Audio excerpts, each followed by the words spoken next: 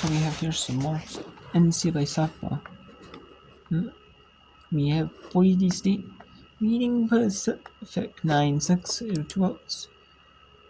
And Maine now with a runner on second now. Yeah, is that una? And there's a runner on first and second.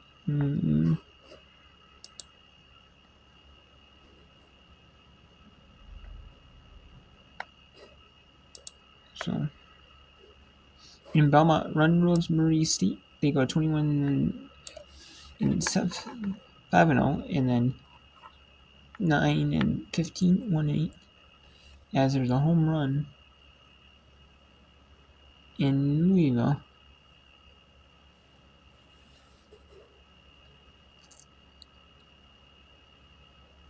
(14-4) on Northern Kentucky in that one. And then we got women's lacrosse game.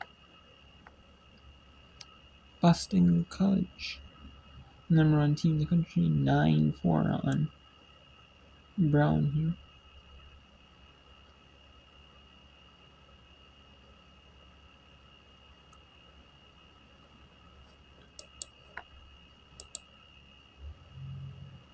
We also have Cornell, 11-5 on Binghamton. Start the third and 350 in the first.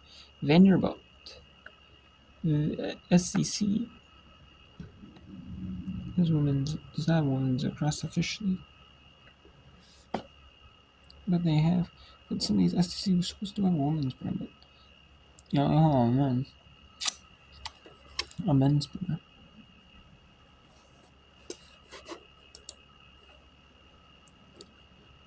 And we have St. Francis P. and Robert Morris battling it out as well.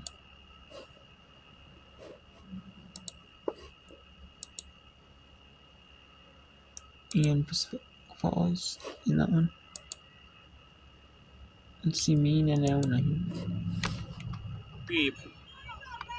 For pitch 125. The kicks it fire, swing and a miss. And that is it. Iona wins 1-0 here. And Iona with a in Louisville, 14-4 on Northern Kentucky. And that's going to be more. We have St. Francis P. and Lacrosse. They used to be NEC opponents. Robert Morris used to be in the NEC. But Robert Morris then went to the Horizon League. Some of these schools up north, don't get as many games in it. Also, because Robert Morris is one of those schools that does not get a lot of games with me. Some teams up north, it's harder for some of the teams up north, especially if you're in like Maine or I mean it's not. I mean, you can get games, but you have to play in like a bunch of like tournaments like down in the south. Like they have like the Mexico challenge, like the games in Mexico or like Puerto Rico or like down south in other areas. Like Hawaii, stuff like that. You have to do the tournaments down south. A lot of them have to play in them. A lot of these schools do. But you can get games in, and then also get some games in. Maybe they play like in the midweek conference games to get extra games in. So it's just conference games, but they do it. They get extra games in as well. I know the NAC does that, so like they do the doubleheader with 2 teams playing each other. They do now. A lot of these schools, they don't get like home games. I mean, they do, but they have to. But they get less. They get games in, but they don't get as many home games in because they'll take any games they can get scheduled in as a program. And then and then some schools, like I know Minnesota, where's my school I follow, they actually have like the US Banks team, the home of the Minnesota Vikings. They actually use for a baseball program to get some games at home. And then because the Twins used to play there before they got their own team in the old Metrodome. And then when the Vikings got their own stadium, And that collapsed. Vikings got their own team, and the Twins got their own later, or same time or whatever. So, and then so that's about it. So and then the Gophers baseball and softball teams use that for their field.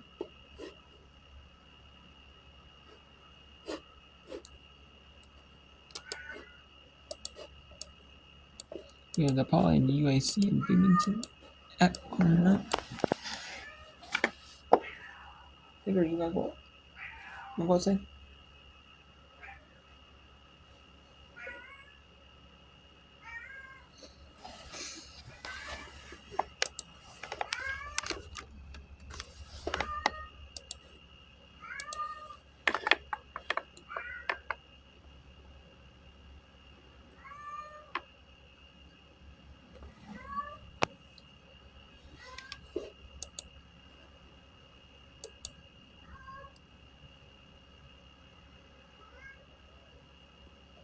We have 11-13 DePaul and 4-22 Illinois Chicago, and now DePaul is pretty much like around right nearby Illinois Chicago. And Binghamton and Cornell. Now 5-2. They're playing one Ivy League game already. Binghamton is 3-5. They're not playing the America East Conference team yet. Louisville is all over Kentucky pretty much. So we can get rid of that one. Let's bring in Campbell and Sacramento State. Or Columbia and Sacramento State. Columbia and Sacramento State.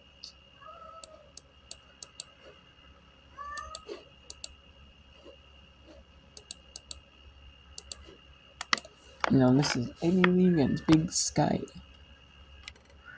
That's kind of a long ways for either team to travel, but Columbia will take it though. Columbia is 6-8 in play. Well, Sacramento State's 12-12. Bayless from Lexington, Massachusetts.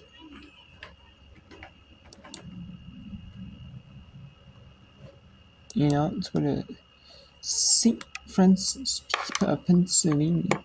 10-14 Rob Morse. 7-9 in there. It's a month in the season. It's usually in the softball. They only have like 50 games. Usually about softball, they have about 50 games in the regular season, and then the conference tournaments. So even if you make it to like the NCAA, like far in your conference tournament, or you may only get like 50, 55 games. Courtney Polich comes in off of the wild pitch.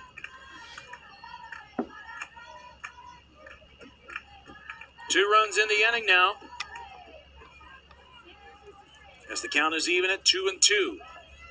Kutzer Johnny, tying run, is at third. Let's see how wide this pitch was.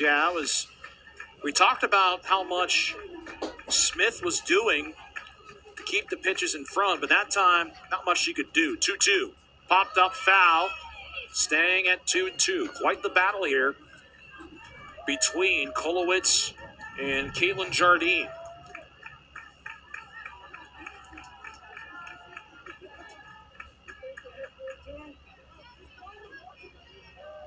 Two. Ball three. Caitlin Jardine stays alive with RMU trailing 4-3. The Colonials looking to bounce back here. The tying run at third, the go-ahead run at the plate with 2 gone in the inning. Here's the 3-2. Swing and a miss, strike 3. Down goes Caitlin Jardine, and St. Francis, despite giving up 2 dents in the armor, still maintains a 4-3 lead going into the 7th on ESPN+.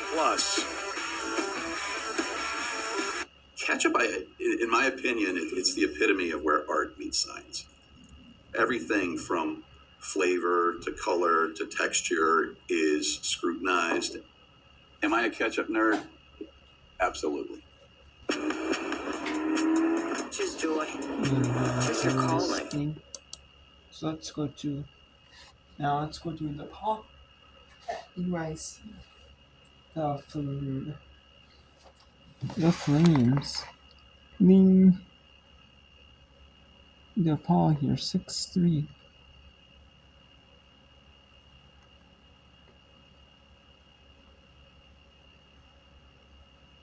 And UIC has been struggling this year. Been able to get a good amount of games in this year. You know. And they've are 4-22 in the year. DePaul is 11-13 in the year. So two teams that are struggling a little bit in conference play. Are struggling a little bit. Like UIC's struggling this season, but with DePaul is kind of up and down on the year.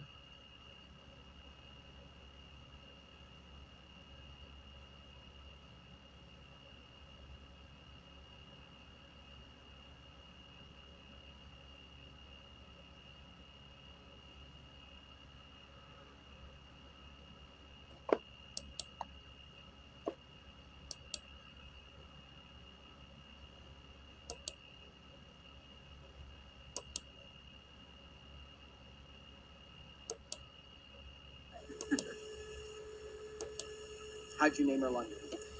Well, actually, it was my little brother's idea. Okay. I got to name our first dog. My brother and I have an 11-year age difference. Okay. So he actually really wasn't around when we had the first dog. But he thought it was only fair that he could name the second dog. Okay. But, I was not mad at the name. I think London's a cool name. What's your other dog? Our old dog's name. Okay.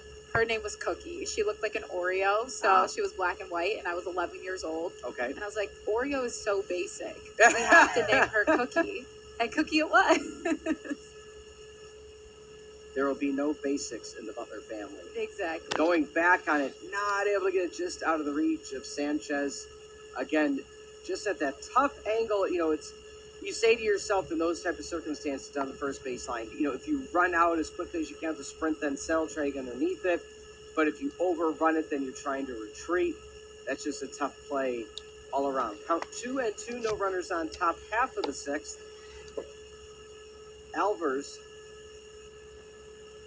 Nice shot off to right. That'll find the gap in right center. Trying to make it to 2 and able to do so with a slide is Carly Alvers, the senior out of Lincoln Way Central. Some momentum building up for the Blue Demons. Again, haven't really seen a lot of great hits out of them or been a lot of pop-ups in this game, easy tag outs. But just the ability to, split those outfielders and get to second base. DePaul trying to close this one out. Runner at second. Every run so valuable at this point.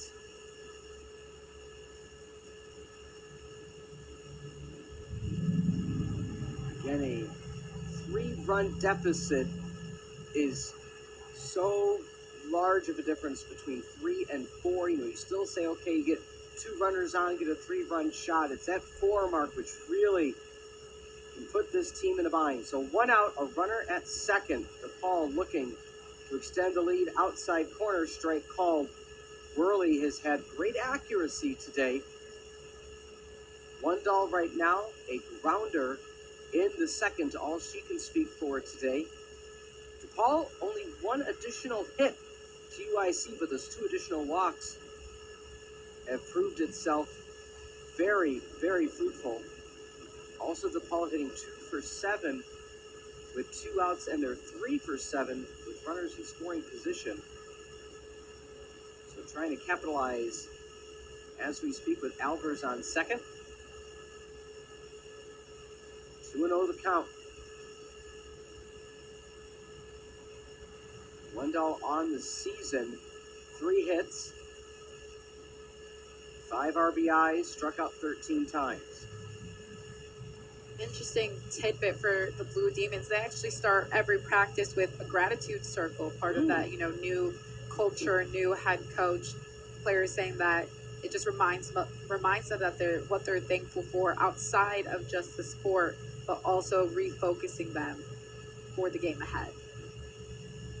DePaul doing a very good job promoting new coach, new staff, new members of the team. They have an outstanding podcast, The Blue Demon Room. So if you want to get a listen to find out not only more about the program, the team and players, both teams do such a good job in terms of, not only their marketing, their promotions, their communications, and it really sets you apart. And, you being a former player yourself, that's a nice feeling if you're a prospective player saying, I'm going to a place that's going to appreciate me and, want to talk about my background.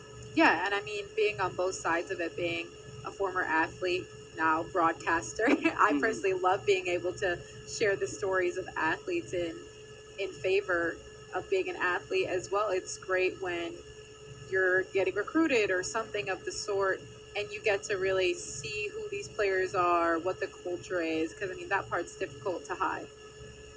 Pitching change coming your way. Will return. It's the Valley on ESPN. Choose joy. Choose your calling. Choose to really care. Choose to go for it. Just choose. We craft cars for those who choose to do more than simply move. Wake up. This entire meal for just $6.99. Crispy Fisher chicken. Large drink, large fry, but not the cutting board. Don't be greedy. Arby's, we have the meat. My wife was murdered. I want to go after Sarah's killers. Point it at my chest. Do it now. You might be the smartest person in the CIA, but you're just not a killer. Do you ever account for the things you're good at?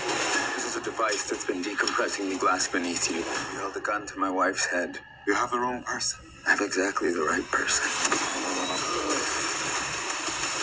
The Amateur, rated PG-13, only in theaters and IMAX, April 11th. Liberty. Liberty Mutual is all she talks about since we saved hundreds by bundling our home and auto insurance. Liberty. Hey kid, it's pronounced Liberty. Liberty. Liberty. Liberty. Liberty. Liberty. Liberty. Liberty. No, she's mocking me. Very mature. Hey, that's enough, you two. Hey, I'm not the one acting like a total baby. She's two. Only pay for what you need. Liberty, liberty, liberty. Liberty. 6-3 your score. It's the Valley on ESPN. Back in the circle is McIntosh. That one sent deep to left, but underneath the cleaner. Runner won't tag, has to be able to get it. And that was pitch number 47 for McIntosh. What were some of her numbers her first time in the circle today? I mean, she was pitching 2 in the third innings before we saw that change, but I mean, this is when the Blue. So let's go back now to St. Francis Evermore. Actually, let's check out some women's lacrosse here for a little bit. Let's check out the 2 minutes about number 1 Boston College and Brown on Nesson. On the Northeast Sports Center. They have the Red Sox and the Bruins. And then they also have FCS football from the Ivy League schools, like softball, like lacrosse, and all the Northeast schools are here, mainly a lot of the Ivy Leagues, because all the ACC schools have to deal with the AC or extra. I mean, I'm sure they could get a deal with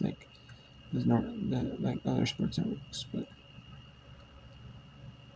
you understand it would be AC or extra, but as well, but I deal with ESPN Plus, but some of these schools, 3 schools do be over there on the radio TV, and also be over the streaming rights, on ESPN Plus. It was 1, 2, 3, catch, step, shoot, all in. And also FCS football, men's and basketball games, and ESPN networks, and lacrosse or softball, it's on ESPN networks. As I mean, on the main ESPN televised network, any ESPN televised network. or another televised like national network. Just have that kind of sixth sense. I mean, Fox Sports 1, Fox Sports 2, Big Ten Network, or like CBS Sports Network, or like ESPN, ESPN 2, ESPN U, ESPN News. Second of the day. 2 goals in very short order for the Eagles.